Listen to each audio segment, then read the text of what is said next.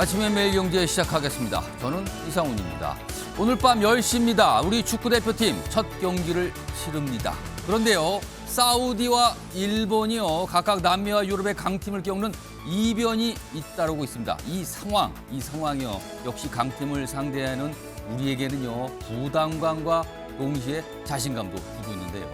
우리 대표팀 부담감은요, 저 멀리 버리고 오직 자신감만 갖고 경기를 펼치길 기대합니다.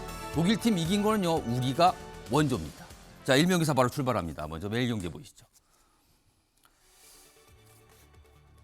자, 매일경제 일면 톱 기사입니다. 허울뿐인 안전운임 사고가 더 늘었다. 지금요, 화물연대 파업 오늘부터 좀 들어가잖아요. 그런데 그동안 이게 안전운임제가 이게 이슈였거든요. 이게 적용된 상태였거든요. 이거를 더 연장하는가 문제, 이게 좀 이슈였는데 3년간 화물차 사고 8% 그리고 사망자도 42.9% 급증했다. 자, 안전운임제를 적용했는데 사고가 더 늘었다. 이건 어떻게 된 거냐? 이렇게 질문하는 기사죠. 화물연대는요, 영구 시행 요구하면서 통파업에 돌입이다. 이런 내용입니다. 다음은 조선일보 보시죠.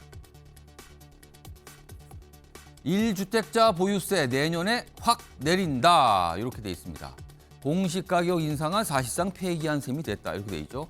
뭐 공시가율이요, 지금 72.7%인데 69%로 낮추고요. 그리고 단독주택도 낮추고. 그래서 전체적으로 부동산 공시가격이 내려간다. 이렇게 적고 있습니다.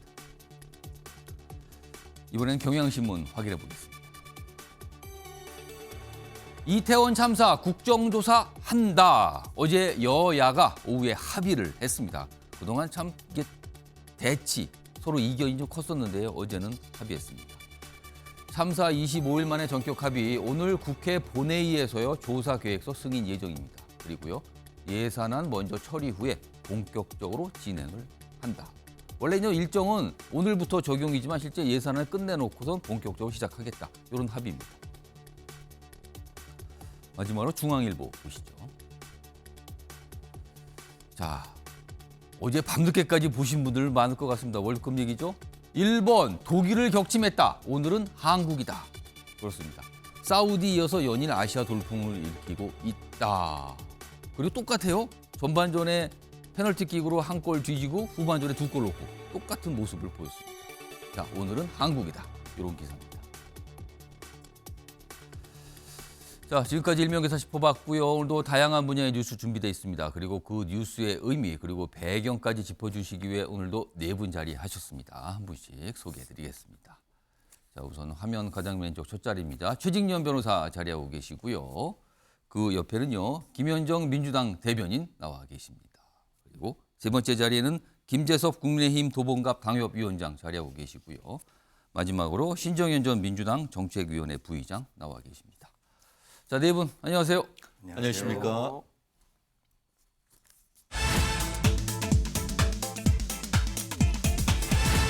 자, 오늘의 첫 번째 이슈 키워드로 확인해 보겠습니다. 주고받기입니다.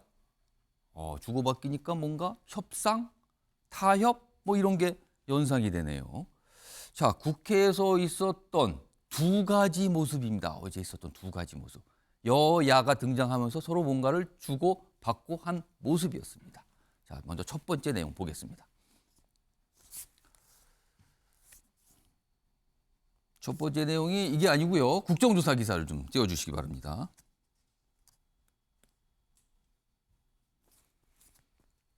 자, 잘못 나왔습니다. 아깝게요. 그건 뒤에 나올 게 먼저 나왔네요. 자, 다시 제대로 나왔습니다. 여야는 예산안과 국정조사를 주고받았다. 주고받기가 여기서 등장하군요. 그러니까 한쪽에서는 예산안 처리를 빨리 하길 원하고요. 한쪽에서는 국정조사에 대해서 적극적으로 좀 하길 원하고요. 뭐 이런 겁니다, 지금. 그런데요, 이제 합의한 내용 국정조사에 대해서 경호처와 법무부는 국정조사 대상에서 빠졌다. 그동안 민주당에서 요 두 기관은 포함돼야 된다. 강하게 주장을 했었는데 협상을 통해서 요건 빼기로 했습니다. 좀 더 보죠. 45일간 국정조사 합니다. 일단 여당은 예산안 처리 후, 야당은 오늘부터. 일단 어제 합의는 했어요. 근데 이것도 살짝 분위기들이 다르죠, 설명하는 게. 물론 오늘부터 적용되지만 예산안 처리 후에 복격 시작한다. 요거예요. 원래는. 근데 좀 방점은 다르게 두고 있습니다. 조사 시점, 기간 연장, 공방이 예상된다. 이렇게 돼 있습니다. 자, 그럼요. 이와 관련해서요. 어제 여야의 원내대표들 발표하고 또 추가적인 질문 통해서 답변도 내놨거든요. 들어보시죠. 국정조사 특별위원회는 더불어민주당 9인, 국민의힘 7인, 비교섭단체 2인으로 구성하고 위원장은 더불어민주당이 맡는다.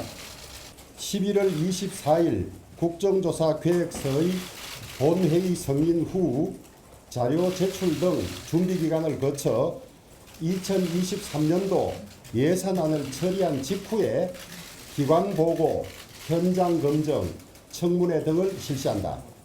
국정조사를 정쟁으로 가져가고자 하는 것 아니냐, 무조건 대통령실을 끌고 들어가는 거 아니냐는 이의를 제기했고, 그것이 정리가 되었더랬습니다. 45일 정도 하자고 돼 있기 때문에 연장은 예외적이고 필요성이 인정될 때 논의할 수 있는 겁니다. 본회의 의결로 필요할 경우에는 그 기한을 연장할 수 있는 조항을 합의문에 넣었기 때문에 만약에 일정이 부족하다면 당연히 그것은 연장을 저희가 추진할 것입니다. 뭔가 설명을 해놨지만 살짝 뒤에 보면 향후에 또 다른 어떤 다툼의 여지, 또 이견의 여지가 있는 부분이 보이네요, 지금요. 대표적으로 기간 연장 부분입니다. 자, 일단 이 상황인데요. 요 기사에요. 여기 뭘까요? 표가 좀 있잖아요. 요거 좀 크게 보여드리겠습니다. 여기 보면 뭐 다른 거는 많이 이해하실 것 같고요. 45일 그리고 뭐 18명으로 구성된다 등등등인데 요 대상입니다. 요 사실 대상 놓고 그동안 여야가 치열하게 좀 맞선 상황이었거든요. 그러면 국정조사 대상이 되는 정부기관이 어디인가? 여기 적어놨습니다. 대통령실 전체가 아니고요. 대통령실 그 안에 국정상황실 그리고 국가안보실 안에 위기관리센터. 그러니까 그동안 주장했던 게 사실 경호처, 그다음에 비서실 뭐 이런 요구도 있었거든요. 근데 그건 빠졌어요. 상황실, 위기관리센터 여기 들어갔고요. 총리실, 그다음에 행안부, 그다음에 대검이 들어갔습니다. 검찰이 들어간 거예요. 그리고 경찰청, 소방청, 서울시. 여기는 뭐 쉽게 이해가 되시죠? 뭐 여기 들어갈 만한 곳이니까. 근데 대검이 들어갔습니다. 이런 것도 좀 특이하네요. 여기 마약 수사 관련돼서 뭐 알아볼 게 있다. 그래서 이게 포함이 됐다고 합니다. 이런 부분들 각각의 주장이 좀 반영된 것 같아요. 자, 이 얘기 좀 해보죠. 국민의힘 소속이신 김재섭 위원장. 네. 그동안 국민의힘의 공식적인 이 입장은 경찰 수사 먼저다. 결과부터 봐야 된다. 최소한 중간 수사 결과 정도로 확인하고 국정조사 얘기를 꺼내야 되는 거 아닙니까라는 강한 입장이었거든요. 맞습니다. 근데 왜 합의가 된 겁니까? 처음에 국민의힘에서 수사를 먼저 해야 된다고 주장했던 것은 자칫 국정조사가 수사에 앞서서 진행되는 경우에 관련자들을 소환하는 등 예. 오히려 수사 절차에 방해를 줄 수 있다라는 우려 때문에 먼저 수사를 할 수 있게끔 두고 이후에 부족한 점을 국정조사로 채우자 이런 입장이었거든요. 예. 게다가 이제 예산안 처리가 얼마 안 남은 상황에서 국정조사로서 국회가 정쟁으로 휘말리게 되는 경우에는 윤석열 정부 첫 예산안 심사에서 자칫 브레이크가 걸릴 수 있다 이런 우려들이 있었기 때문에 예. 국정조사에 다소 좀 미온적인 태도를 보였던 것이 사실입니다. 그럼에도 불구하고 최근에는 특히 이제 이태원 참사와 관련돼서 예. 여러 정치적인 목소리들이 나오면서 이른바 윤석열 퇴진운동까지 벌어지고 있는 상황이고 예. 왜 정부가 이거를 감추냐라는 듯한 메시지를 계속 야당에서 쏟아내고 있었거든요. 그런 모습 자체가 좀 국민의힘으로서 부담이다. 예, 정치적으로도 굉장히 좀 부담이 있고 그럼에도 불구하고 저는 이번 국정조사가 굉장히 잘 된 것이라고 생각하는 것이 예. 이런 정치적 부담을 덜면서 정말 진상규명에 한 발자국 더 다가갈 수 있다는 것 하나와 앞서서 앵커께서 설명해 주신 대로 이 국정조사의 대상을 우리가 잘 볼 필요가 있는데 예. 보게 되면은 여기에서는 법무부랑 대통령실 경호처가 빠져 있습니다. 빠졌어요. 그 얘기는 뭐냐면 사실 대통령의 경호처라고 하는 것은 대통령의 그날 일거수일투족을 보겠다라는 이야기거든요. 예. 그것을 뺐다라는 것은 이번 국정조사에서 대통령을 정쟁의 중심으로 놓지 않겠다라는 메시지가 담겨 있다라고 생각이 되고 또한 법무부가 빠져 있는 것은 이른바 한동훈 뭐 마약설 이런 마약 단속설 이런 것들이 사실 정치적인 소모 논쟁으로서 굉장히 많이 번지고 있었거든요. 이런 것들은 어느 정도 차단되는 상태에서 실제로 이번 참사에 관련이 있는 연관 기관들에 대한 문제점을 정확하게 짚어내는 데 집중했다라고 볼 수 있는 저 대상들의 목록입니다. 저는 그런 의미에서 이번에는 국민의힘에서는 저 동아일보 기사처럼 예. 실리를 챙겼고 예. 더불어민주당은 명분을 챙기면서 예. 각자 정말 이태원 참사에 어떤 문제가 있는지를 조금 더 깊이 들어볼 수 있게 됐고 동시에 우리가 예산안 심사를 딱 시기에 맞춰서 처리할 수 있다라는 두 가지 목적을 달성할 수 있었던 그런 합의라고 봐서 저는 굉장히 잘된 합의라고 생각합니다. 만약에 지금이 예산 심사 기간이 아니었다라면 국민의힘이 이렇게 쉽게 합의를 해줬을까? 이 질문에는 어떻게 답을 하시겠습니까, 김재섭 위원장? 뭐 아무래도 조금 지지부진한 면이 있을 수도 있었다고 생각이 됩니다. 예산안 처리 때문에 조금 빨리 서둘렀다 이런 그럼요. 이번에는 건 맞습니까? 이번 예산안 처리는 윤석열 정부 앞으로 예. 5년의 향방을 가르게 되는 굉장히 중요한 분기점이 될 것이거든요. 예. 그래서 이번에 통과되는 예산안에 따라서 앞으로 국정 주도가 윤석열 정부로 가느냐 아니면 더불어민주당을 예. 중심으로 한 국회로 가느냐 이걸 가지고 굉장히 치열하게 싸울 수밖에 없는데 그런 의미에서 저는 이런 국정 주도가 윤석열 정부가 딱 갖고 간다는 면에서는 좋은 평가를 내릴 수 있다고 생각합니다. 그러니까 동의하시는 거네요. 예산안과 국정조사 이거 주고받은 거 맞는 것 같다. 지금 서로의 주안점, 관심사가 어디 있는지 보여준다 이겁니다. 자, 이번에는 김현정 대변인께 질문 좀 드릴게요. 경호처 법무부 제외했습니다. 그동안 민주당에서 강하게 요구한 조사 대상 기관이었는데 빠졌어요, 이번에는요. 그리고 이 기사대로라면 예산안과 국정조사를 주고받은 셈이 됐는데 그럼 앞으로 예산안 처리에 민주당은 적극적으로 좀 협조를 할 것 같은지. 그러니까 이른바 지금 사실은 정부의 관심 예산, 대통령의 관심 예산 삭감을 많이 했거든요. 민주당이요. 그 상임위 차원에서 이걸 다시 어느 정도 살리는 것에 대해서 양보할 가능성이 있는 건지. 이 두 가지입니다. 일단은 그 25일 만에 국정조사에 여야가 이제 합의해서 윤석열 정부 출범 6개월 만에 정말 오래간만에 정치가 작동된 것 같아서 먼저 그렇죠. 대단히, 타협이니까요, 이거는. 대단히 다행스럽다라는 말씀 먼저 좀 드리고요. 이제 좀 전에 우리 말씀하신 것처럼 이제 그런 것 같아요. 이번 그 국정조사 합의한 이유는 뭐 엊그저께 유족들의 눈물의 기자회견도 있었고 또 국민의 대다수가 국정조사가 필요하다라는 그런 여론도 있었고요. 그리고 또 예산안과 관련된 그 여당의 필요성 그리고 이제 야당 같은 경우에도 야당 단독으로 국정조사하는 거에 대한 부담도 있을 거거든요. 그런 것들이 이제 서로 맞아떨어져서 이렇게 합의안에 이르게 되었는데 말씀하신 것처럼 이제 예산이 대단히 중요합니다. 그리고 지금 그동안에 더불어민주당에서는 예산과 관련해서 대단히 열심히 적극적으로 임해왔던 것도 사실이고요. 다만 지금까지는 이제 감액을 하는 단계였고 다음 이제 증액을 하는 단계였는데 증액은 아시겠지만 정부의 동의가 없으면 그렇습니다. 증액을 할 수가 없습니다. 그래서 이번에 윤석열 그 정부에서의 그 새 예산안의 기조는 긴축 재정과 서민복지 강화 두 가지로 그때 시정연설에서 윤석열 대통령이 밝히셨거든요. 근데 실제로 이 예산안을 들여다보면 그 긴축 재정을 한다고 하면서 그러니까 재벌 대기업들하고 초부자들에 대한 그 세금을 60조 이상 감면을 해줬거든요. 그러면서 감면됐고 서민복지를 강화시켜야 되는데 실제로 서민복지와 관련된 예산은 본 예산의 평균 중과율은 5.2%보다도 낮은 4%대였고 그 중에서도 70% 이상은 전부 다 자연증가분들로만 채워져 있거든요. 그리고 실제 내용들도 다들 아시겠지만 뭐 공공임대 주택 예산이라든지 또는 지역화폐라든지 노인이나 청년 일자리 예산들이 대폭 삭감되었거든요. 오히려 강화되어야 될 서민복지 예산 오히려 깎여 있는. 그래서 이런 것들과 관련된 그동안의 감액들이 이제 이루어져 왔었는데 또 관련해서 정부에서 반드시 필요한 예산들도 있을 거예요. 그런 예산들에 대해서는 사실 지금까지는 여야가 정말 허심탄회하게 예산에 대해서 이렇게 깊이 있는 논의를 사실 하진 않았다고 봐요. 그래서 상임위별로 감액들 중심으로 이제 이어왔는데 이제 이렇게 여야가 국정조사에 합의한 그런 상황에서 또 전제가 예산안을 끝난 다음에 이제 본격적인 국정조사를 하기로 했기 때문에 그 과정에서 그런 여야가 좀 이제 협치의 그런 정치의 원래 본령으로 돌아가서 정말로 내년도에 우리 그 서민들의 경제랑 민생이 어렵지 않습니까?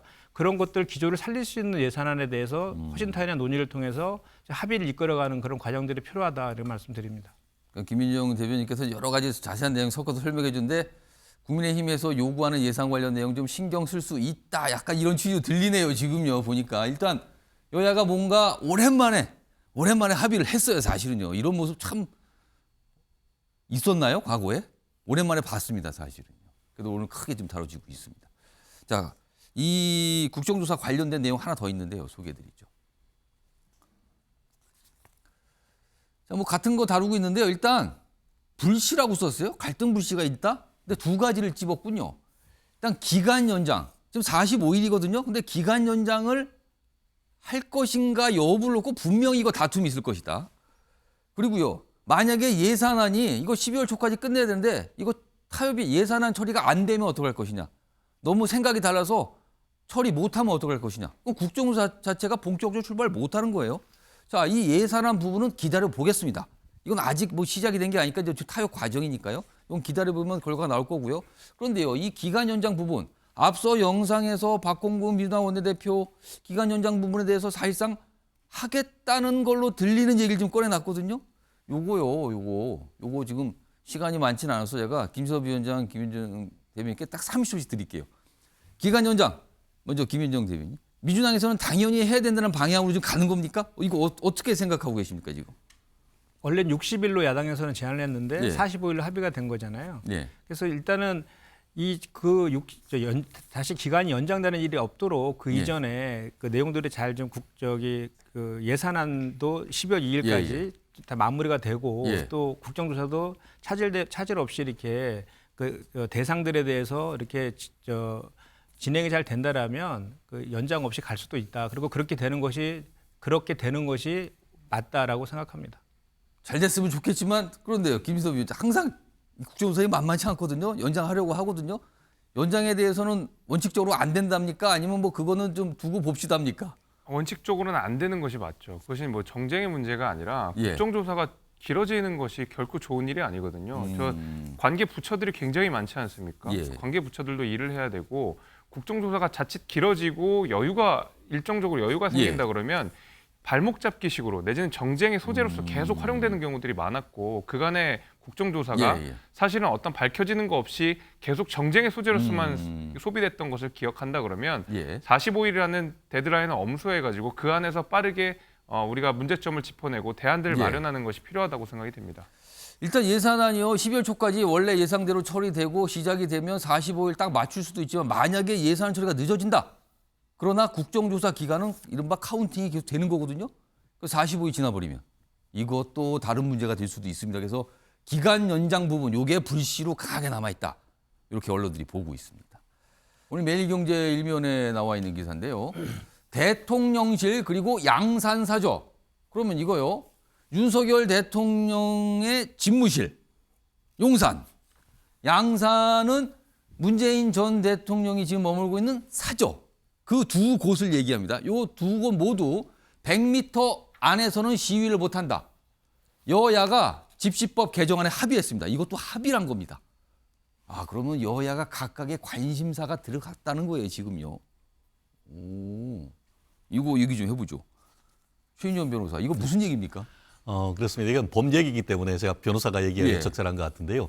현행 집회와 시위에 관한 법률, 이른바 집시법에 따르면은 아시다시피 뭐 법원이라든가 검찰 그리고 또 뭐 헌법재판소. 헌법재판소 그 예전엔 청와대 같은 예. 경우에는 청와대 사저, 대통령 사저 같은 경우에는 100m 내외 시위를 하지 못하도록 돼 있죠. 근데 예전에 청와대 같은 경우에는 대통령실과 사저가 같이 있다 보니까 사저가 아니라 관저겠죠, 관저. 그렇죠. 관저죠. 아, 관저. 예, 관저가 있다 관저입니다. 보니까 예. 관저 자체에 대해서는 100m 내에 못 했는데 그럼 사저는 어떡하지?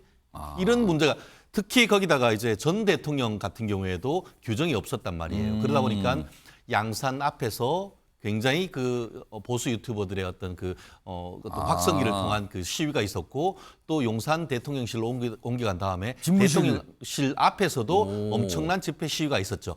그 부분에 대한 여야의 문제의식을 가진 여야가 결과 각각 불편했던 거죠, 그게 그렇죠. 지금. 그래서 이번에 같은 경우에는 대통령실을 명시적으로 100m 내에 집회 시위를 하지 못하는 것으로 규정을 했고 나아가 전 대통령의 사저에 대해서도 100m 내에 집회 시위를 하지 못하도록 하는 걸 규정을 규정을 한 했는데 겁니까? 결국 최종적으로는 이 윤석열 현 대통령과 문재인 전 대통령이 좀 편안하게 일을 하고 편안하게 이 노후 생활을 할 수 있도록 하는 거에 대해서 여야가 합의했다 이렇게 볼 수가 있을 것 서로 같습니다. 필요한 게 있었던 거군요, 그렇습니다. 지금.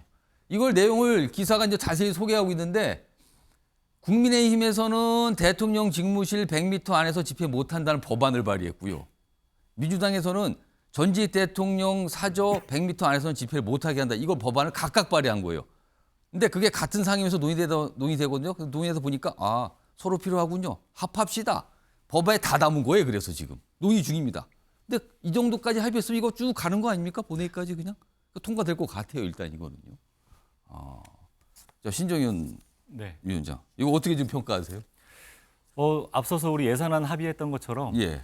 집시법 개정안 합의, 여야가 아름답게 합의하는 이 모처럼 참 봤습니다. 보기 힘든 이런 합의는요. 예. 예, 서로의 이해관계가 잘 맞물렸던 것 같고요. 예. 앞서서 우리 문재인 전 대통령 사저에서 보수 유튜버들의 정말 이루 말할 수 없는 처참한 그 시위의 과정들을 온 국민이 보지 않았습니까? 예. 그 양산 사저 주변의 주민들까지도 너무나 고통스럽게 그 과정들을 함께 고통을 받아야 됐더라는 이 과정들을 사실은 왜 법이 혹은 왜 정치가 이걸 해결하지 못할까라는 예. 이제 여러 가지 걱정들이 있었는데요.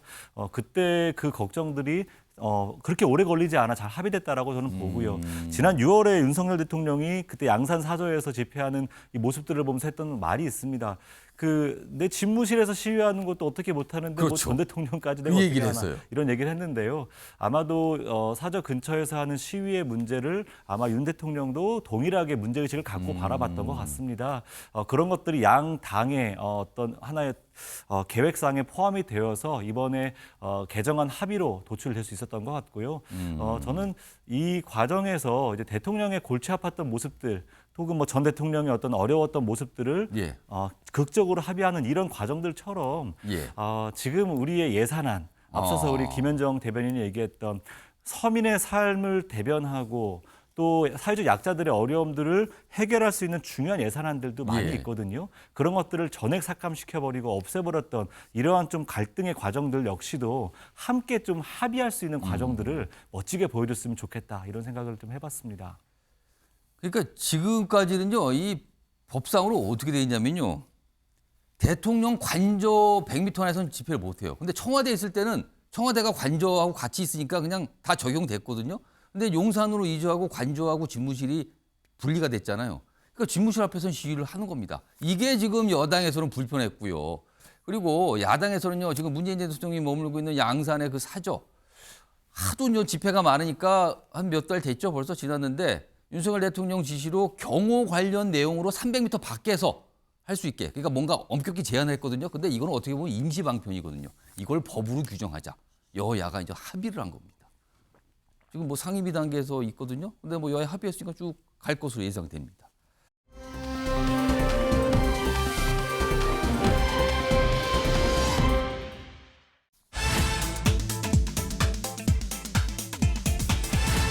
자, 두 번째 키워드 확인해 보죠. 세 번째 석방. 그러면 첫 번째, 두 번째 누군가 석방됐고 세 번째로 석방이 됐다. 이 얘기입니다, 지금요. 기사로 확인해 보죠. 앞서서 잠깐 잘못 나왔던 기사. 지금 이 자리입니다. 지금 나와야 되는 기사였어요. 천화동인 그분 아는 김만배 석방. 그렇습니다. 사실은 가장 중요한 거죠. 다른 사람들은 김만배 씨가 얘기한 걸 뭐 들었다, 김만배 씨 통해서 알고 있다, 뭐 이렇게 나왔거든요. 근데 여기가 그럼 시작점이거든요. 그럼 이 그분의 정체를 가장 잘 알고 있다, 지금. 석방됐습니다. 자정에. 법정에서 모든 것 말하겠다. 이렇게 입장을 밝혔어요. 이건 대장동 3인 모두 구속 만료로 석방이 된 겁니다. 풀려났습니다. 세 번째 석방입니다. 작년에는 뭐가 발언이 좀 왔다 갔다 했죠. 뭐 그분에 대해서. 그런데 유동규 남욱도 김해에서 들었다. 최근에 유동규 남욱 걔도 폭로를 하고 있잖아요. 그런데 이 그분에 대해서 뭐 김해에 들었다. 이게 누구다? 최근에 나왔습니다. 얘기까지. 그래서 이 김만배 진술 따라 수사 향배 자체가 달라질 수 있다. 중요하다. 이렇게 돼 있습니다. 자, 그럼요. 자정에 석방이 됐거든요. 뭐 기자들이 질문을 했고 그 모습도 있고요. 그리고 앞서서 작년 가을쯤에 이 그분에 대해서 얘기한 내용이 좀 있거든요. 그 모습까지 묶었습니다. 보시죠.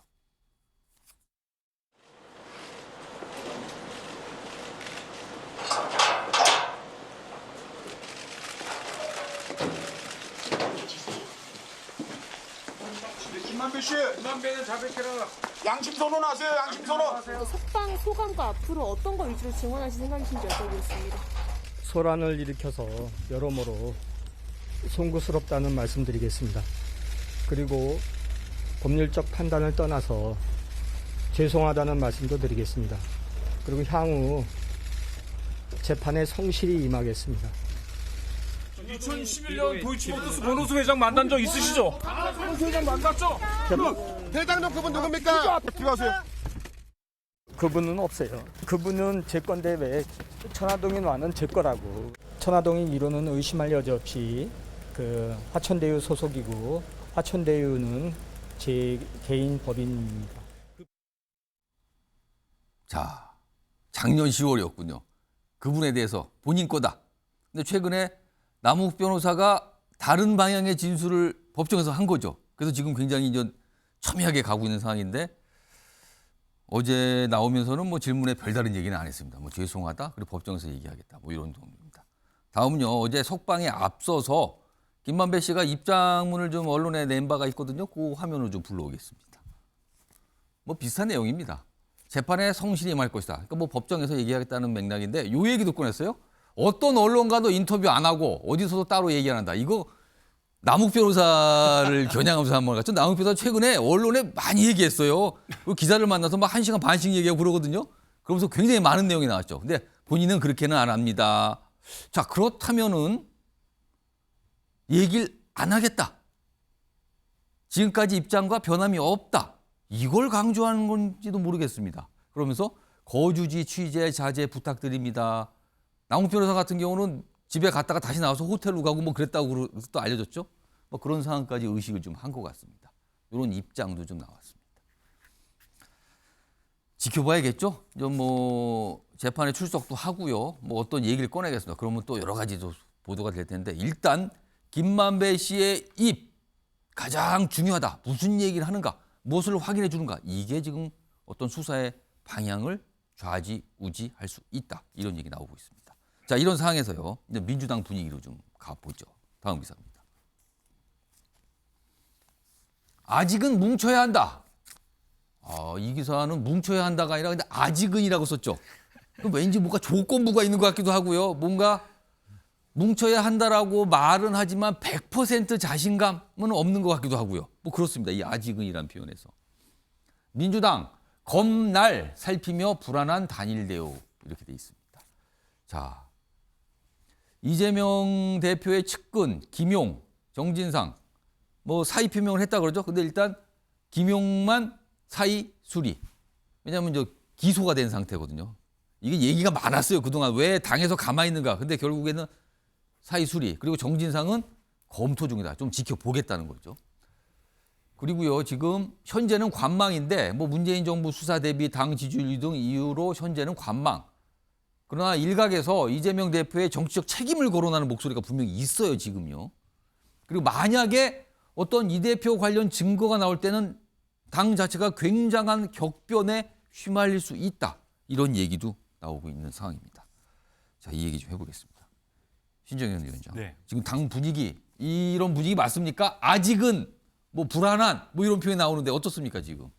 확실히 온도가 예. 달라지고 있다는 건 느껴집니다. 네, 최근에 더 강력하게 정성호 의원과 혹은 박지원 전 비서실장 최근에 이제 언론을 통해서 뭉쳐야 한다, 단일 대우 유지해야 된다라는 말은 하지만 박용진 의원이나 원래 소장파로 대표됐던 의원들의 공식적인 발언 이외에도 익명을 요구하는 여러 재선, 3선, 중진 의원들에 이르기까지 불안한 이 당내 상황들을 계속해서 이제 언론에 표출하고 있지 않습니까?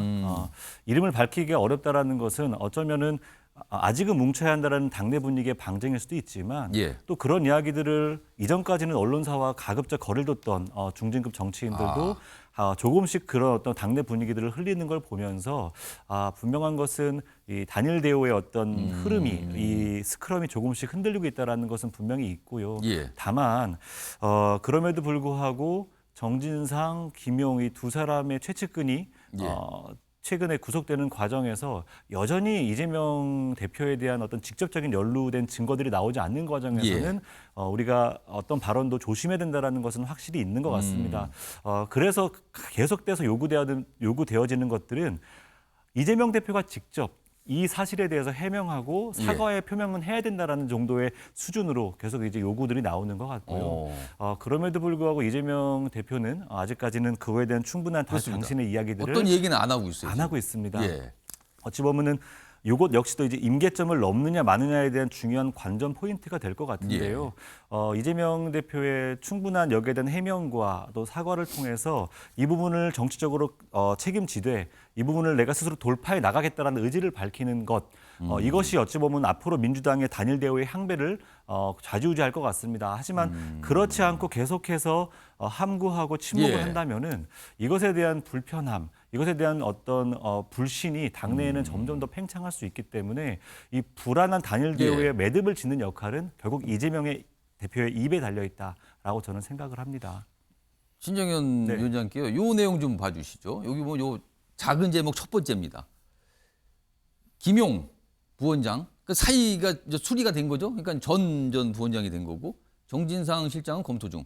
자, 이것도요. 지금까지 굉장히 강하게 반박을 했잖아요. 수사에 대해서. 근데 이건 약간 기류 변화가 생겼다고 볼 수 있는 겁니까? 당의 여러 가지 지적인 목소리를 좀 반영한 겁니까? 이거는요? 네, 사실은 그렇게 볼 수 있고요. 계속해서 요구되었던 두 측근에 대한 충분한 징계의 부분들은 계속해서 이제 언급은 되었지만 사실은 여기에서도 우리가 충분히 이 부분에 대해서 국민들께 소상히 설명하고 당원 당규에 따라서 진행했다라는 것들을 설명드려야 되는데 안타깝지만 이게 정치적 보복에 의해 어렵지만 사의를 수리했다 이렇게 언급을 해버리는 바람에 그러니까 사실은 기존에 있는 절차를 따른 게 아니라 이거는 너무나 어떤 압박이 있으니까 그냥 어쩔 수 없다 이런 식으로 됐다는 그렇죠. 거죠. 당원 당규 80조에 있는 내용들이 이제 이런 부분들이 있을 때에는 사의를 이제 우리가 이제 징계를 할 수 있게끔 되어 있지 않습니까? 당직 정지 뭐 이런 거잖아요. 당직 정지 같은 것도 할 수가 있죠. 근데 이제 또 거기에 또 부서 단서 조항으로 정치 보복의 이런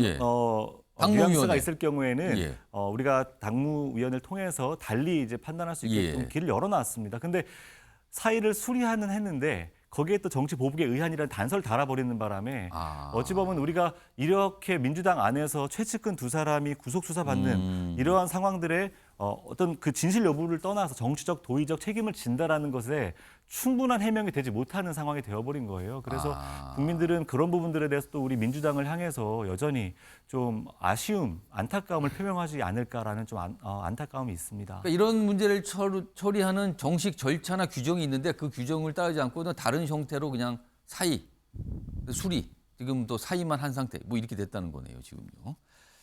일단 이게 첫 번째 민주당 상황이고요. 다음 기사 하나 더 보죠. 뭐 앞선 기사가 좀 연장선입니다. 이재명 사퇴론 꿈틀. 여기서 말하는 사퇴는 당대표 사퇴를 말하는 거잖아요. 그러면은 이런 목소리를 내는 게 지금 민주당 내에서 있다. 일각에서 지금 단순히 유감 표명 또는 어떤 입장 표명을 넘어서 대표 자리 지금 이 정도 됐으면 조금 물러나서 이 사안을 다뤄야 되는 거 아니야. 뭐 이런 시각이 있다는 거죠. 그러다 친명계에서는 이재명 없이 총선 치르겠나? 이렇게 반발하고 있답니다. 그러니까 이거네요. 총선 올 때 이재명 대표 없이 치를 수 있습니까? 대안이 있습니까? 이렇게 물어보는 거네요. 이거는요. 좀 더 보죠. 여기 뭐 친명, 비명 이렇게 돼 있는데요. 비명, 사법 리스크 해결 후에 복귀하는 게 맞다. 그러다 친명, 아니 그러면 경쟁력 있는 대안이 될 수 있는 정치인은 있습니까? 지금 당에? 이렇게 맞선다는 겁니다. 이게 첫 번째 상황이고요. 이낙연 전 대표 얘기 계속 요새 언론에 나오죠. 뭐 당사자들은 뭐 별거 없습니다라고 얘기하지만 언론은 좀 주목을 하고 있어요. 이낙연 복귀설에 이 측 조기 귀국 없다. 여기서 말하는 이 측은 이낙연 전 대표 측입니다. 조기 귀국 없다. 그리고 정성우 의원은 이거 소설 같은 얘기다 지금. 무슨 얘기하는 겁니까 지금? 갑자기 뭐 이런 거예요. 그리고 무슨 뭐 포럼이 열린다, 모임이 열린다, 뭐 이런 것까지 뭐 이 곁들여져서 많이 얘기가 나오고 있죠. 자, 그럼요. 이 사안과 관련해서 민주당 내부의 목소리, 뭐 한쪽은 비명이라고 할 수 있고요, 한쪽은 친명 인사의 목소리입니다. 두 명 다 맞습니다. 보시죠. 저는 뭐 단호하게 맞설 거 맞선다 하더라도 정치적 책임에 대한 언급은 필요하지 않을까 싶습니다. 비명계 친이낙연계 의원들이 움직이고 있다 뭐 이런 보도 있던데. 저는 뭐 그야말로 소설 같은 얘기라고 생각합니다. 아, 그래요? 그분들 다 손흥민 의원 같은 경우도 김대중 대통령 때부터 네. 민주당을 지켜온 분이시고 네.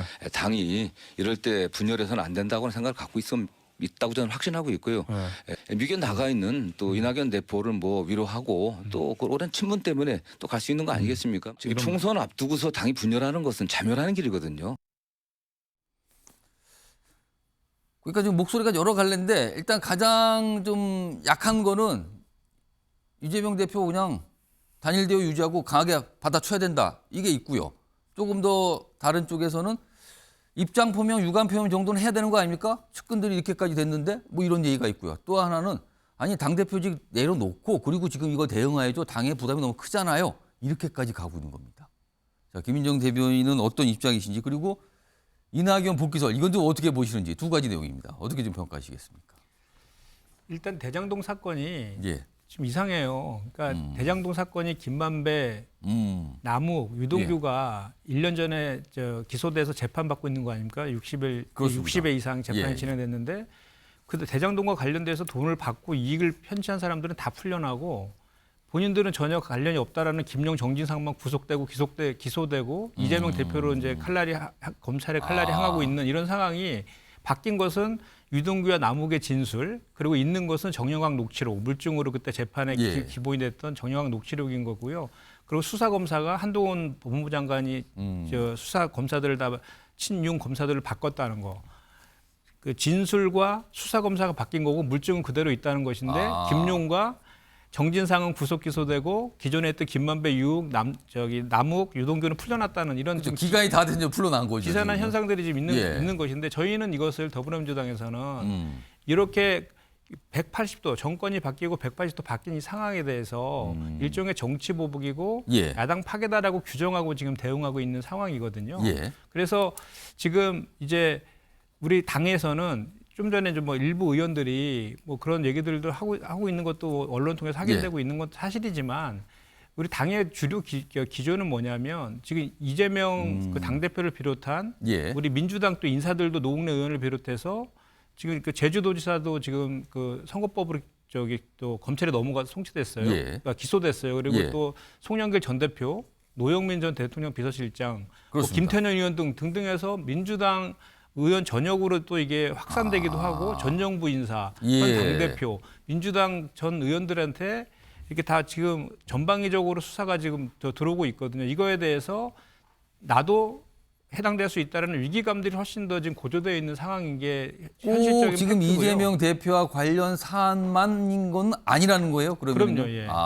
그래서 저희가 지금 정치 탄압 대책이 만들어서 지금 예. 가동 중에 있잖아요. 거기도 3개 분과가 있는데 전 정부 그리고 민주당 그리고 당대표 이렇게 예. 3개 분과로 나눠서 지금 저희가 대응하고 있는 이유도 거기에 있는 거거든요. 예.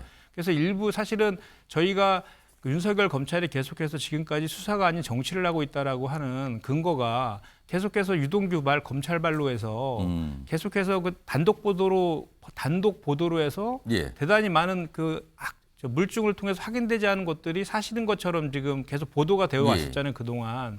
그거의 연장선상에서 이런 기사들이 이제 사실 저희는 윤석열 그 검찰에서 우리 민주당의 분열을 하는 것도 그러니까 윤석열 정부에서 민주당의 분열을 시키려고 하는 의도가 다분히 있다라고 하는 것인데 이런 것들이 바로 그런 것들이 하나로 지금 검찰 수사 지금 방향 자체가 분열을 약간 노리는 것도 있는 걸로 보인다. 예, 있는데 그것이 지금 이런 기사로 나타나는 걸 예. 봐서는 일종의 이제 뭐 소개 성과를 달성했다고 볼 수도 있겠지만 실제로 우리 당내 분위기는 예. 뭐 이낙연 전 대표 복귀설과 관련해서는 뭐 이미 다 확인했지 않습니까? 당사자들이 윤영찬 예. 의원 등에서 예. 사실이 아니고 내년 6월 달에 복귀하기로 하는 예. 그 일정에 맞춰서 들어올 것이다라고 얘기를 했고요. 예. 이재명 대표와 사퇴와 관련된 내용들은 전혀 지금 내부에서 논의되지는 않고 있고요. 그리고 169명의 의원이다 보니까 예. 그 정당이라는 것이 이견도 또 존재할 수 있는 거 아닙니까? 오히려 이견과 관련해서는 민주당보다는 국민의힘이 훨씬 더 이견이 많은 당내 이견이 많죠. 그래서 그런 것들까지 하나하나를 전부 다 당의 공식적인 뭐 상황이다 이렇게 하는 것은 너무 확대 해석된 관점이다라고 말씀드릴 수 있습니다. 이견이 나오는 건 맞지만 그게 너무 확대해서 크게 얘기가 되고 다뤄지는 거 아니냐. 약간 이런 지적을 좀 하신 건데요. 아무튼 요즘에 언론 보도는 갑자기 이낙연 전 대표 기사가 좀 늘었어요. 최근에요. 자, 이와 관련해서 초점을 좀 맞춰보죠, 그럼. 김재섭 위원장, 그다음에 최인정 변호사 두 분인데 제가 짧게 한 1분 30초 시간 드릴게요. 이낙연 대표 복귀설, 뭐 경쟁 정당 입장에서는 좀 어떻게 바라보고 계십니까? 뭐 아니란 얘기도 있고 뭐 맞다는 얘기도 있고 막 섞여 있긴 합니다, 지금요. 그러니까 원래 이제 복귀라고 하는 것이 뭐 딱 차려진 밥상에 앉는 게 아니라 어쩌다가 갑자기 확 오게 됐을 때 복귀도 되고 그런 거 아니겠습니까? 그러니까 정치적 스케줄이라는 것은 사실 언제든지 변화무쌍하게 바뀔 수가 될 수 있고 이재명 대표에 대한 수사가 굉장히 전방위적으로 이루어지고 있는 상황이고 지금 뭔가 이 대장동 수사가 이재명 대표의 수사의 모든 것처럼 비춰지는 경향이 있지만 이제 시작이지 않습니까?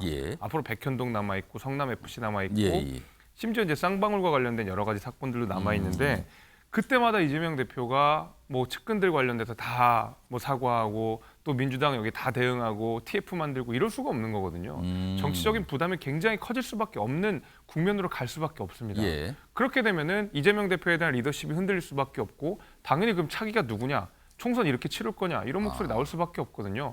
그러면 당연히 바로 전 대표였던 이낙연 대표도 유력한 하마평으로 올릴 수밖에 없게 되는 것이죠. 그러니까 정치적으로 약간 위기 아니냐? 그렇다면 혹시 대안이 있는 건가? 뭐 이런 생각을 할 수밖에 없다는 거네요. 근데 아까 정성우 의원이나 친명계에서는 이재명 대표 없이 총선 칠 수 있습니까? 뭐 경쟁력 있는 대안은 누구 있긴 합니까? 뭐 이런 반응도 적혀 있습니다만. 최인정 변호사, 말씀하시죠. 이재명 대표님께서 경쟁력이 있습니까? 좀 전에 김 대변인께서는 검찰이 정치 검찰이라는 식으로 지금 얘기를 하고 있습니다. 뭔가 이제 검찰이 분열을 노리는 거 아니냐 뭐 이런 말씀까지 하셨어요. 그렇습니다만 만약에 분열을 노리려고 하면은 이런 식으로 빨리 검찰 수사를 하고 있지 않겠죠. 오히려 내후년에 있는 총선까지 이 수사를 계속 끌어가려고 하겠죠. 그러지 않고 지금 보면 전격적으로 굉장히 빠른 속도로 지금 그 대장동 사건에 대한 수사를 진행하고 있는데요. 이와 관련해 가지고 지금 그 박홍근 민주당 원내대표께서 뭐라고 얘기하셨냐면은 책임을 실무자에게 떠넘기는 식의 꼬리 자르기는 결코 용서할 수 없다라고 이 용산 사건과 관련해서 얘기한 적이 있습니다. 그런데 이번 대장동 사건과 관련해 가지고 정진상 그리고 김용과 관련되는 사람들에 대한 꼬리 자르기라는 식의 국민들에 대한 어떤 노력이라도 지금 과연 민주당에서 하고 있습니까? 그렇다는 점에서 과연 검찰을 비난할 여지가 있습니까? 오히려 검찰을 통해 그 법무장관을 통해서 검찰에게 어떤 사건의 꼬리 자르기 식을 했다가 이제 오히려 검찰이 제대로 수사한다고 보는 것이 오히려 다수의 국민적 여론이 아니겠습니까? 뭐 어제 최인정 변호사, 김윤 대변인 말씀 보니까 뭐 대립해요. 기사 마저 하나 있는데 소개하고 제가 정확하게 김윤정 대변인 그다음에 신정희 위원장 두 분 이제 민주당에 계시니까 신정 괜찮으시면 김윤정 대변인께 바로 이렇게 드릴게요. 그리고 최인정 변호사는 요 내용 좀 설명해 주면 좋겠고요. 김경수 가석방 또 무산, 원유철 등 30일 석방. 이렇게 쓴 이유가 있죠. 그러니까 지금 원유철 전 의원은 지금 국민의힘 인사고요. 김경수 전 경남지사는 이제 민주당 인사잖아요. 가석방이 또 무산됐다. 9월에 이어 재차 부적격. 이렇게 좀 대비를 해놨네요. 최인정 변호사 설명 좀 짧게 해주시죠. 이거 김경수 전 지사는 두 번째 무산이에요. 왜 그런 겁니까? 결국 이것을 정치적인 입장에서 보면은 왜 지금 여당 측 인사만 풀어주고 야당 측 인사는 풀어주지 않느냐라고 볼 수 있지만 법적 측면에서 봤을 때는 충분히 이해가 가는 부분인 것이죠. 어떤 배경이 있습니까? 아시다시피 그 가석방은 요건이 형법에 규정이 되어 있습니다. 형법 72조에는 어떻게 되어 있냐면은 그 징역이나 금고로 이제 실형을 사는 사람이 행상이 양호하고 한마디로 행형 성적이 좋아야 된다는 것이고. 뉘우침이 뚜렷해야 하고 나아가서 개전의 정이 현저해야 된다라고 지금 얘기를 하고 있습니다. 한마디로 말하면 반성을 충분히 잘하고 있다는 해야 겁니까? 된다는 거죠. 딱 잡아떼는 사람한테는 가석방 해줄 수 없다는 것이 이게 그 형법의 태도 아니겠습니까?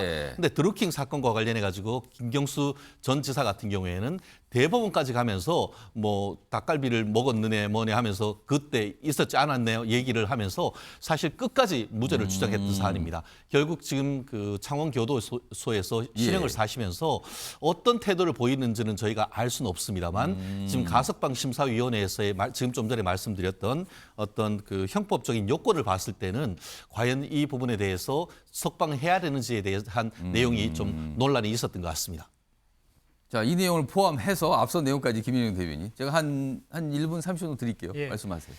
지금 우리 최 변호사님께서 말씀하신 것 중에 예. 이제 저희가 지적하는 것은 뭐냐면 윤석열 검찰에서 최소한의 기계적인 중립 정도는 형평성 정도는 지켜야 되는데 윤석열 그러니까 지난 대선과 관련된 그 혐의들에 대해서 지금 전방위적인 수사를 하고 있는데 윤석열 당시 후보와 관련된 소위 본인 부인 장모와 관련된 12가지의 혐의들이 있었거든요. 그와 관련된 건 전부 다 무혐의 불송치 그러니까 그리고 소환도 안 하고 공정성의 문제 제기를 하신다는 거죠. 첫 번째가 그런 게 있고요. 또 하나는 뭐냐면 그 김용과 정진상을 구속 기소하는데 한 달밖에 안 걸렸습니다. 예. 그런데 실제로 돈을 그 받고 이익을 편취한 그 3명은 이제 석방이 된 상황인데 실제로 돈이 갔다는 소위 50억 클럽에 대해서는 제대로 된 수사나 기소들이 이루어지지 않고도 있거든요. 그렇다면 누가 봐도 이거는 그냥 이재명 대표를 중심으로 한 민주당 인사들에 대한 수사만 집중적으로 하고 있다라는 거고 실제로 그 중앙지검에 반부패 수사 1, 2, 3부가 전부 다 그 대장동 사건만 수사하고 있어요. 그리고 공공수사 1, 2, 3부도 전부 다 그 전 정권들, 서해 공무원 피격, 탈북 어민 북송 사건, 그리고 블랙리스트 이 사건만 다 수사하고 있거든요. 예를 들면 반부패 수사, 최근 거를 말씀드리면 반부패 수사 2부에서 노웅래 의원 얼마 전에 압수수색했습니다. 거기가 김건희 여사 주가 조작을 담당하는 부서입니다. 작년 12월에 기소됐고 다음 달이면 공소시효가 완료돼요.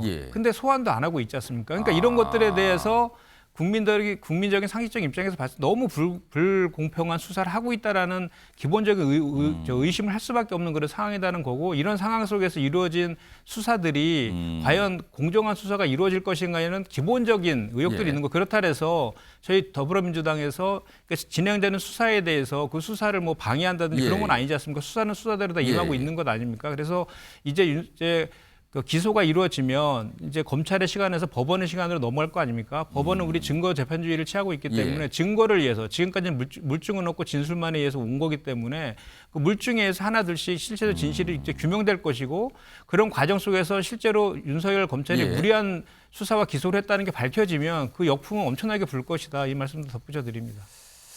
알겠습니다. 이런 가운데 뭐 김경수 전 이사 관련 내용도 있었습니다. 뭐 이 정도 소개만 드리죠.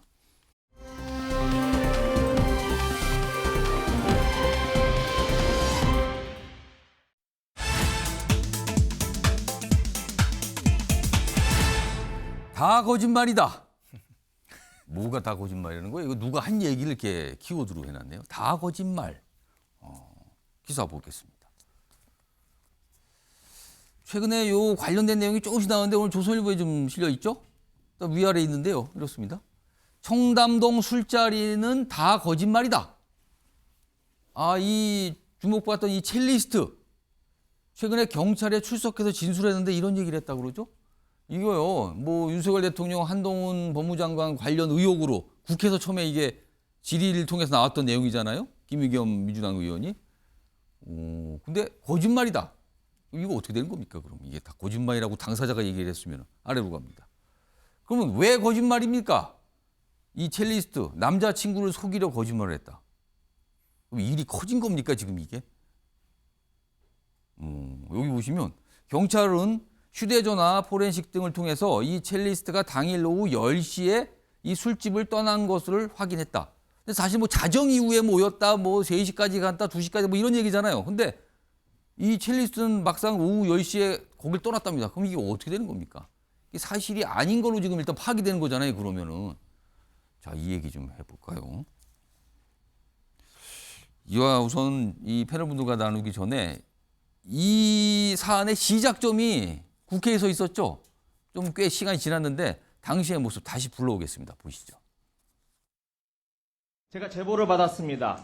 7월 19일 밤인데요. 그날 술자리를 가신 기억이 있으십니까? 책임 있는 말씀을 해주시죠. 아니, 석 달 전인데 기억에 답변을 못 하시나요? 아니, 의원님은 계속 저한테 허황된 거짓말만 해놓으신 다음에 끝난 다음에 사과도 안 하시잖아요. 자, 녹음을 한번 들어보겠습니다. 청담동 어제 다 들렸어. 근데 한동훈에 윤석열까지 다 온 거야.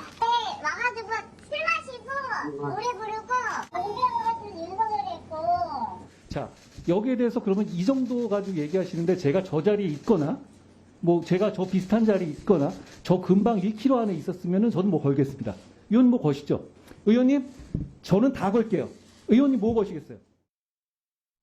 저렇게 하고 시작이 된 겁니다. 그 이후에. 근데 지금 경찰이 조사해 보니까 아닌 걸로 지금 이게 나와 있잖아요. 뭐 오늘 조선일보에만 나와 있는 보도인데 뭐 이거 가지고 오늘 정치권 얘기 참 많이 할 것 같아요. 아침에 매일경제가 미리 좀 얘기 좀 해보죠. 최윤정 변호사. 네. 이거 어떻게 된 겁니까 이게 그럼?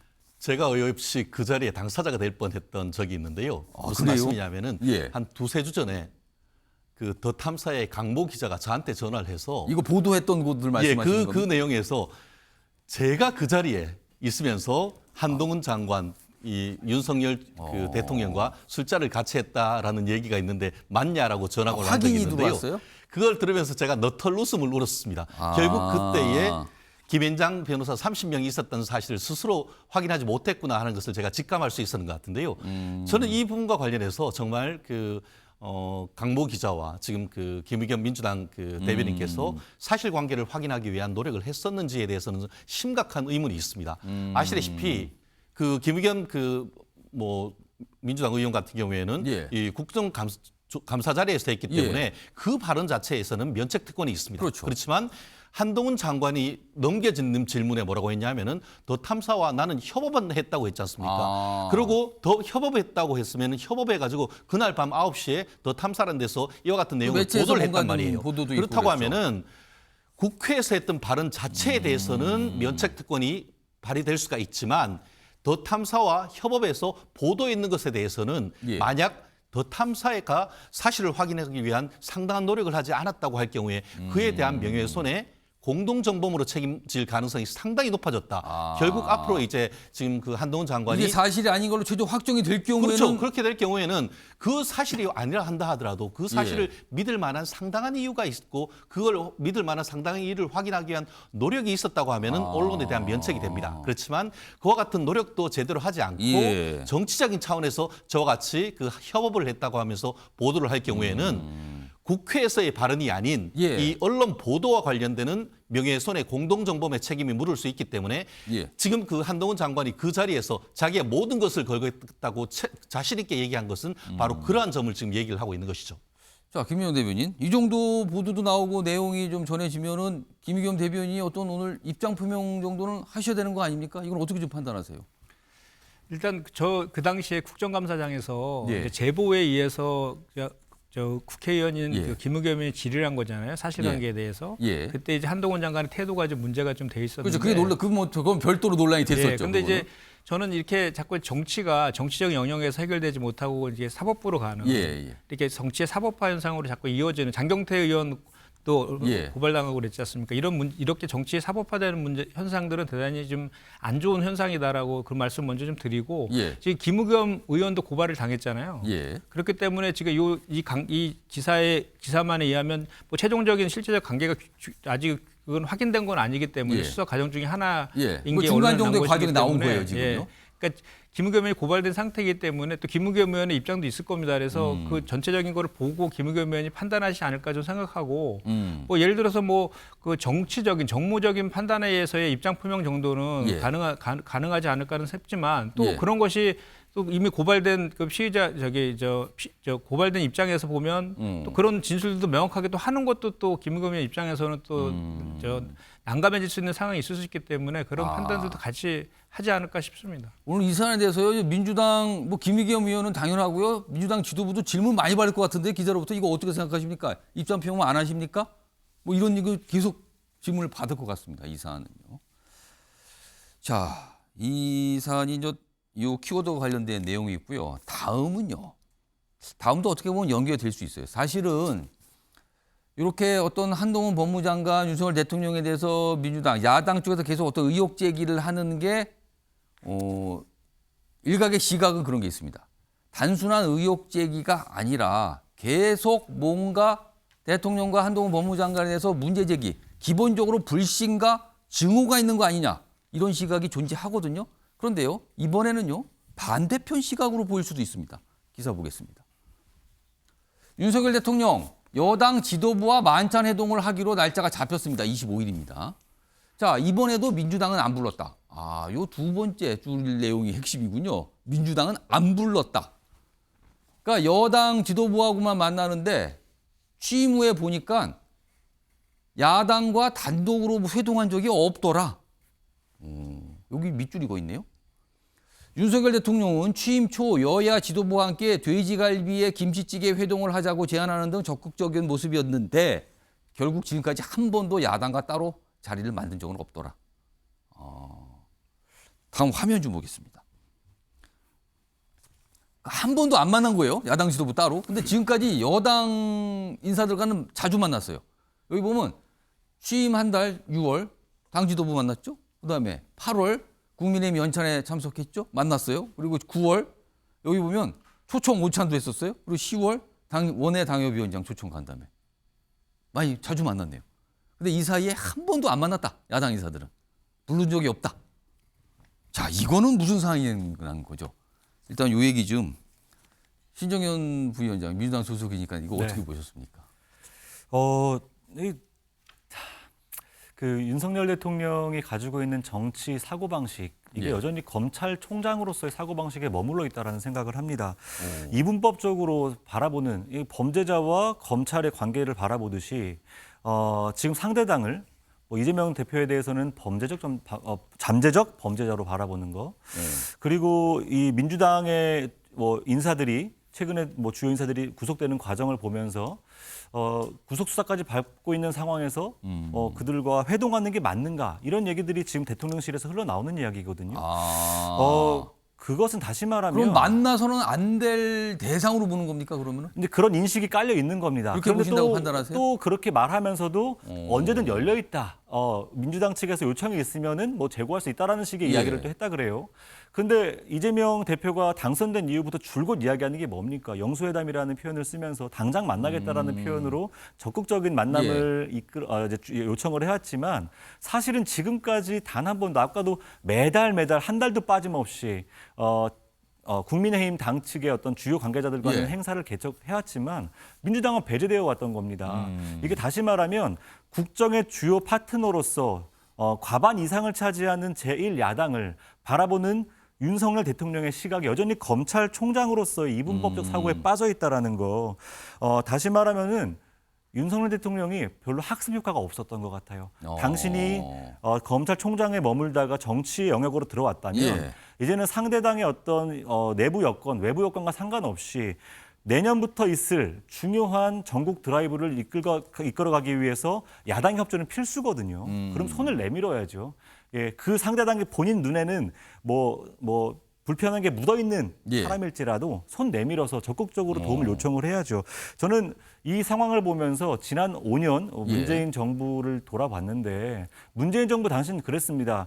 당 개입에 최소화하되 최소한의 소통만 한다. 그런 스탠스를 쭉 유지해 왔던 걸로 알아요. 그것은 다시 말하면 대통령이 정치에 특히 개입하는 것 최소화함으로써 의회의 어떤 역할들을 존중한다라는 것이었는데 보십시오. 여 지도부와는 계속해서 연찬회를 하고 또 특위하고 초청 간담회를 하고 심지어 초선 의원들 개별 다 전화 돌려가면서 정당 정치의 어떤 역할을 적극적으로 수행합니다. 그런데 저 중요한 야당과의 관계 협조는 이렇게까지 배제하거나 무시하는 것은 죄송하지만 윤석열 대통령 지난 6개월 동안에 정치적 성장이 전혀 없었구나. 정말 안타깝습니다. 이렇게 해서 배제되는 것은요.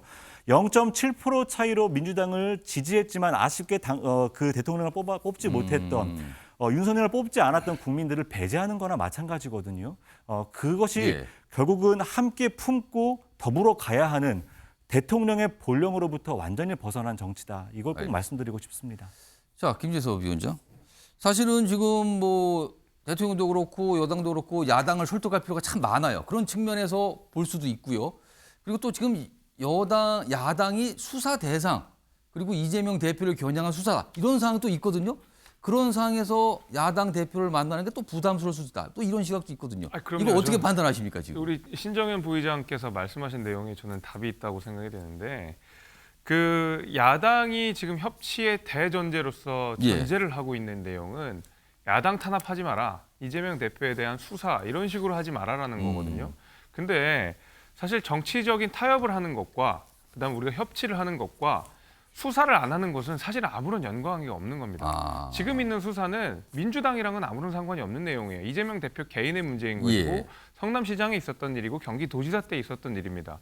이재명 대표의 개인적인 혐의를 가지고 정치적인 딜을 하겠다라고 예. 하는 것은 사실 맞지 않는 내용이거든요. 그러니까 저는 윤 대통령께서 이재명 대표를 지금 만나기가 굉장히 어려운 상황이 통상적인 지금 민주당의 지도부랑은 좀 달라요. 왜냐하면 이재명 대표가 여러 가지 수사가 지금 막 오고 있는 상황 속에서 예. 대통령이 이재명 대표를 직접 만나는 것 자체가 어떻게 보면 좀 이상한 사인을 줄 수가 있거든요. 굉장히 또 다른 신호로 또 오해가 되거나 해석이 되거나 그럴 수 있다는 겁니까? 그럼요. 그래서 예를 들면 뭐 수사가 잘 되면 오히려 뭐 이재명 대표랑 어떤 얘기가 오간 거냐, 뭐 수사가 더 그 이후로 더 뭐 보복성 예, 수사하는 거 예. 아니냐라는 얘기가 나올 수도 있는 거고.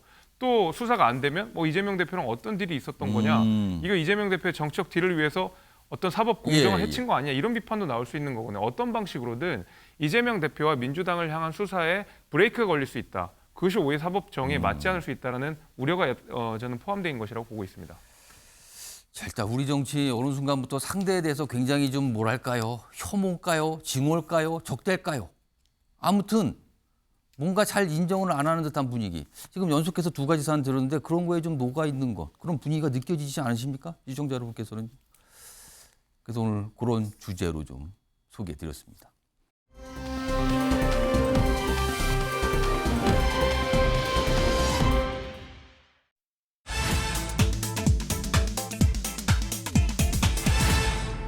이번 키워드는 축제 중이다. 지금 어느 곳이 축제입니다. 축제. 왜? 이겼으니까요. 그거죠, 지금. 자, 기사로 확인해 보겠습니다. 짐작 되시죠? 사우디아라비아 얘기인데요. 총 맞댄 적도 사우디 축하한다. 전쟁한 나라도 축하한다고 뭐 얘기를 한대요. 아랍은 축제 중. 루사일의 기적. 지금 사우디아라비아가 지금 아르헨티나를 이겼잖아요. 역전해서. 하나 된 중동. 사우디는 공휴일 선포했습니다. 왕세자는 지금 미소를 짓고 있다. 누군지 아시죠? 빈살만. 사우디와 전쟁했던 예멘 반군도 축하를 한다. 놀랍군요. 두바이 국왕, 그리고 카타르 국왕이요. 이 사우디하고 사이 안 좋거든요. 근데 사우디 국기를 걸쳤대요. 축하한다면서. 내부에 가까운 적은 다 잊어버렸다. 하나가 됐다. 축제 중이다. 이런 기사입니다. 다음 기사 하나 더 보죠. 빈살만, 사우디 이기자 얼싸안고 환호. 뜻밖의 수혜자 아니냐. 일단 사진 좀 봐주실까요? 여기 있어요. 여기 보면 장관들 뭐 옆에 측근들하고 보다가 얼싸안고 있죠. 여기 빈살만 여기 보면 형이라고 합니다. 에너지 장관인데 이렇게 사진도 찍어서 본인 SNS상에도 올렸대요. 이렇게 보라고. 너무 기분이 좋은 거죠. 좀 더 보겠습니다. 여기 작은 제목이 있어요. 개막식 때는 피파 회장 옆에 앉아서 존재감이 있었는데 부상한 선수 있었거든요. 이 사우디 선수 중에. 근데 개인 제트기 제공해서 독일로 가서 치료받게 했답니다. 수술을 빨리 하라고. 대단하군요. 엄청난 뭔가를 하고 있는 거군요. 일단 사우디 축제 중. 그런데 또 있습니다. 다음 보시죠. 일본도 했어요. 이번엔 일본이 전차공단 독일 격파 월드컵 연일 대이변이다. 역시 2대1 역전승. 점유율 24%가 굉장히 낮은데 실리 축구. 수비 위주로 하다가 기습해서 골 넣는 거. 일단 이게 일본이죠. 우리로서 뭔가 자극 받아요, 지금요. 다음 보겠습니다. 호날두 결국 맨유에서 쫓겨났다. 한국엔 호재? 포르투갈 대표팀이잖아요. 우리하고 결혼해야 돼요. 근데 호날두가 맨유에서 쫓겨났다. 자기 프로 소속팀. 자, 이게 어떤 영향을 줄 것인가? 뭐 이런 겁니다. 축구에 대해서 전문가급 지각을 갖고 있다고 알려진 최진영 변호사께 일단 축구 팬으로서 우리 오늘 경기 해야 돼요. 우루과이전 그리고 포르투갈전. 이거 어떻게 전망하시고 분석하십니까? 반드시 이겨야 되는 거죠. 태극전사 화이팅 뭐 이렇게 할 수밖에 없는 것 같은데요. 사실 어제 저녁에 사무라이 칼에 의해서 독일 전차가 무너지는 걸 보면서 정말 내일 같은 이 시간, 오늘 밤이죠. 같은 시간에도 우리가 승전보를 울렸으면 좋겠다라는 글을 또 올렸습니다만 오늘 지금 보도를 보니까 손흥민 선수 선발 출장하는 것 같습니다. 아마 그것을 한다고 하면은 우리 모든 그 국민의 염원이 모이면은 반드시 이길 수 있지 않을까 생각합니다. 최인정 변호사의 전문가의 시기를 더 듣고 싶은데 시간이 다 됐습니다. 지금 안타깝게도 시간이 다 돼서 이 정도 것만 듣고요. 그리고 오늘요 거리 응원 예정돼 있죠. 그래서 이제 사실 우리가 좀 힘든 상황을 겪기 때문에 만반의 준비를 하면서 거리 응원 오늘 펼친다고 합니다. 자, 아침의 매일경제 오늘은 여기서 마무리합니다. 시청해주신 여러분 고맙습니다.